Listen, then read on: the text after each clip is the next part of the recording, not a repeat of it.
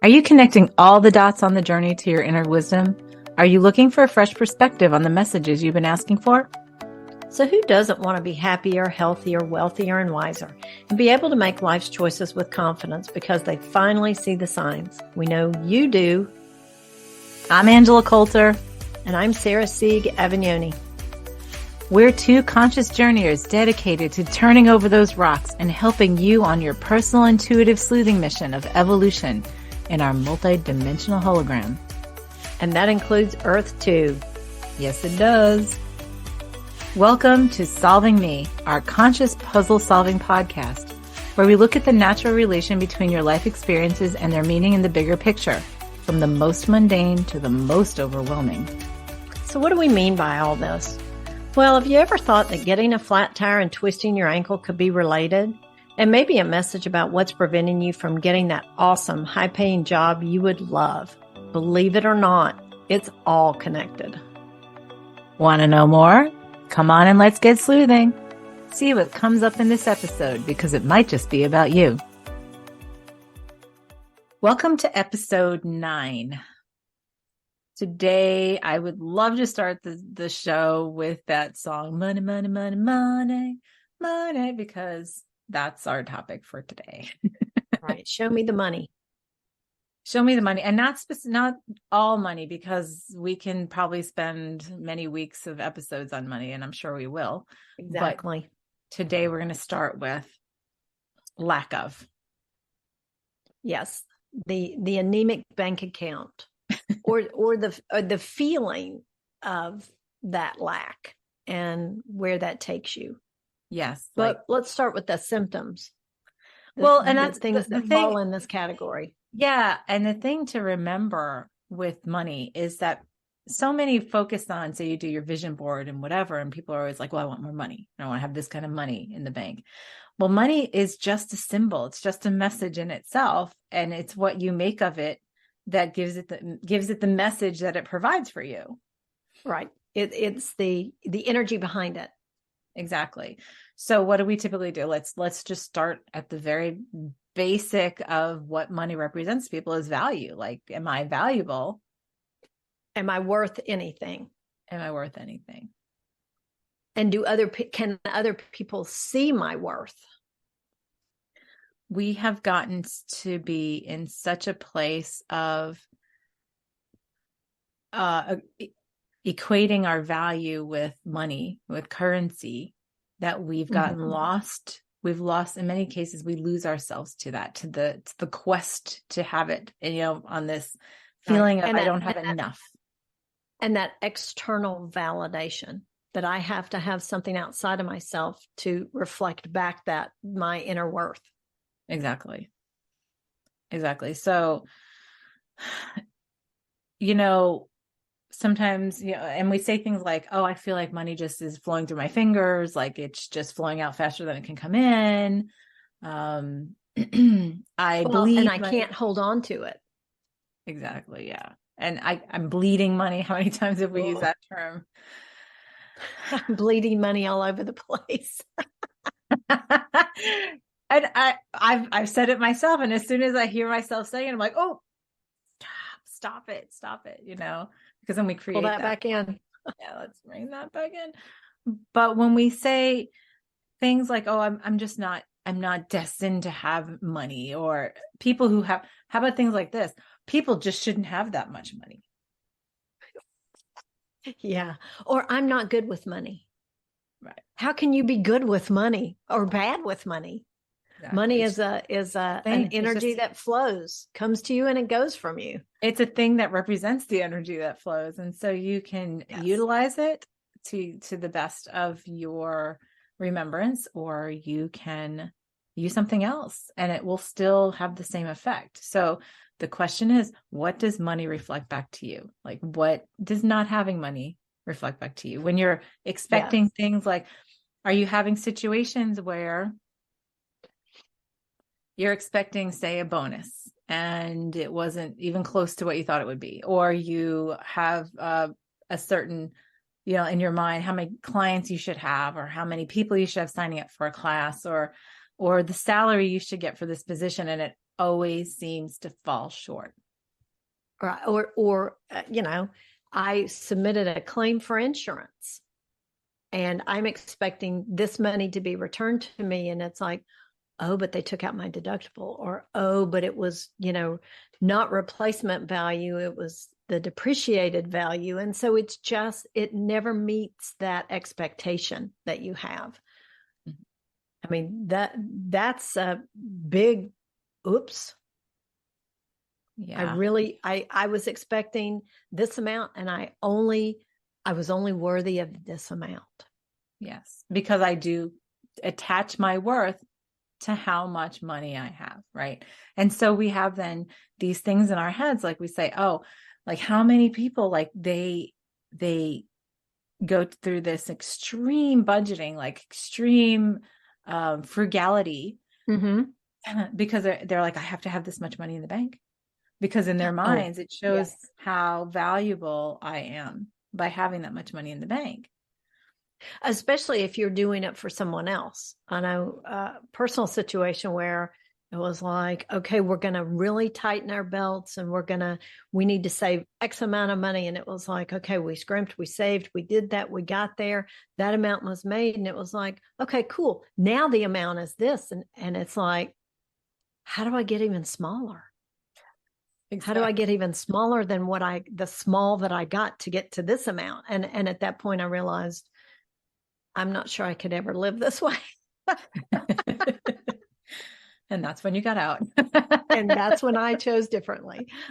Yes. So the important part here is to shift the perception of that constant quest to gain more money, to realizing that money is just the message, as a messenger for you. So what is the message that it's giving you? Yes. That's, the purpose of us being here right in this podcast. My father used to always say, we'll put away some money for a rainy day, but the drizzle is what kills you. So rather than looking at why am I creating the drizzle that's constantly siphoning off?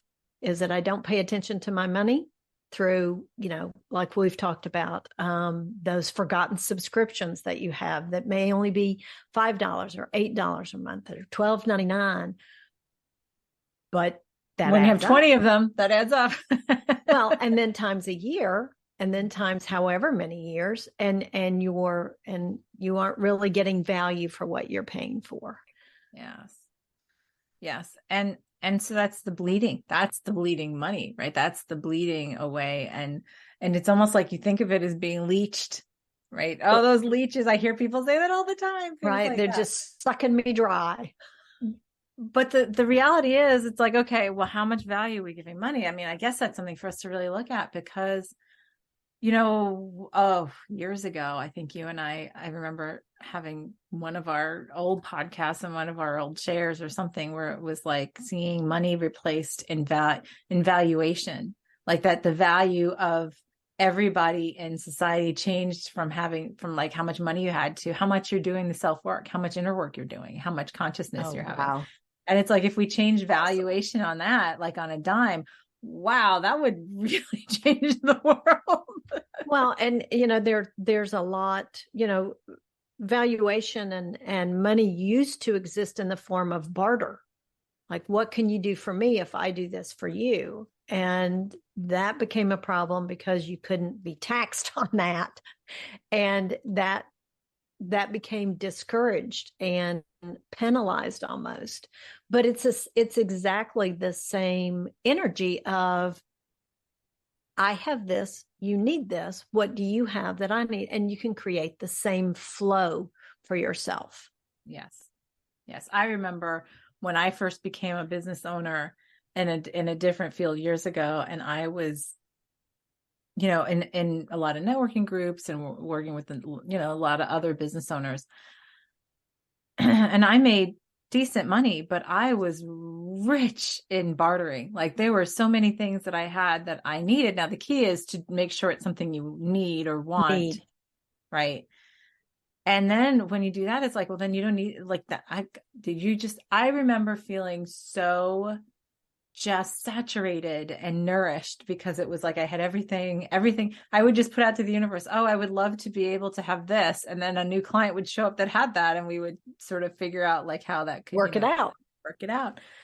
And I remember, when I was going through that, my kids were younger and they were like, Mom, you just know somebody who does everything. I was like, yeah, but that's how we create that balance and that wealth, right? True wealth and richness is that saturation of that balance, right? And that's what we created money to try to represent, but we sort of lost sight of that, I believe.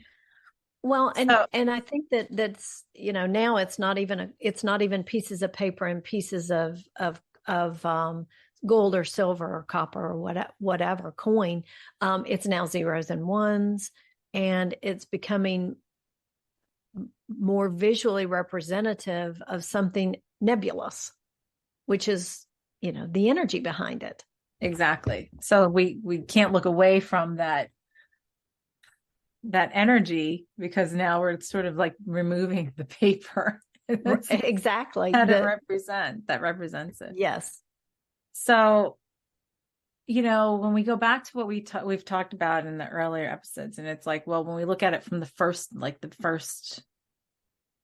or the very 3D level, right? It's like, well, how do we, because we put value on money as getting what we want, creating happiness, right? And it's like, no, or freedom, right? And it's like, well, what if we shifted that to, well, my happiness, that comes inside, like, and we don't want to go through all that. But the thing is, what am I using money for that's pulling it outside of myself?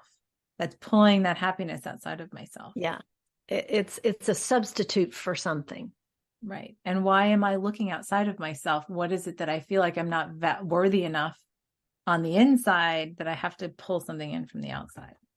Exactly. Yep. It's that substitute, trying to substitute money for something that I already have. Exactly. And just not recognizing it.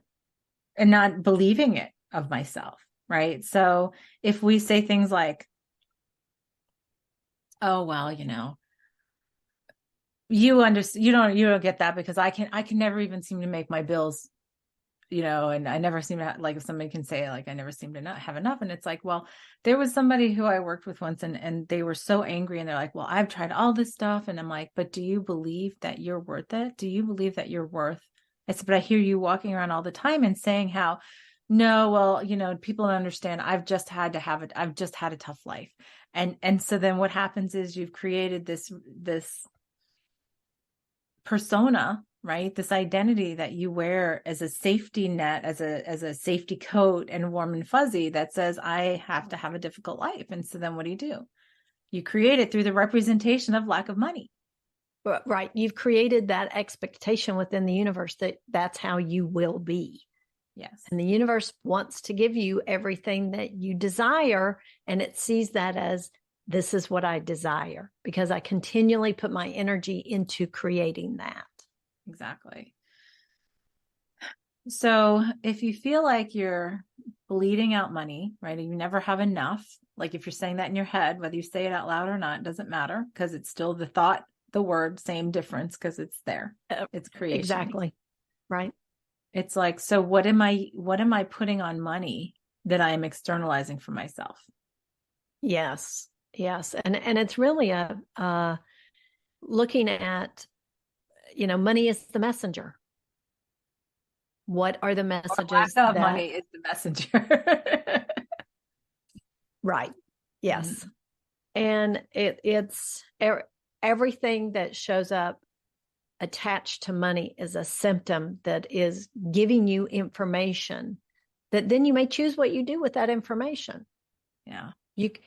And a good many of us choose to fall victim to it, because either I'm not good with money, or money is a finite thing. And if I have more money, that means somebody else has to have less money. Mm-hmm. And that's a belief that a lot of people hold. And you get into that, and you that just really tugs at those heartstrings and says, well, there are already people struggling, so why should I make them struggle more? Versus this is an infinite amount of a resource, and that everyone can have more. Right. It's not just me. Everyone can have more. Yeah. And Yeah, that gives you that sense of freedom. It's why when there's somebody I know, there are multiple people I know, but there's one person in particular I know that says all the time, like when like the lotteries get up to be like, you know, like the $1 billion lotteries or whatever. And they're like, nobody should have that much money. And I'm like, I'll take it 100%. Everyone should have that amount of money. Everybody should have the opportunity to have that amount of money. 100%. Absolutely. Because we give money a persona in itself and an energy that we externalize to be more powerful than us. And instead of realizing that we're the one who are creating money as the symbol and the message, and it's not an entity of its own, it's just a reflection back to ourselves.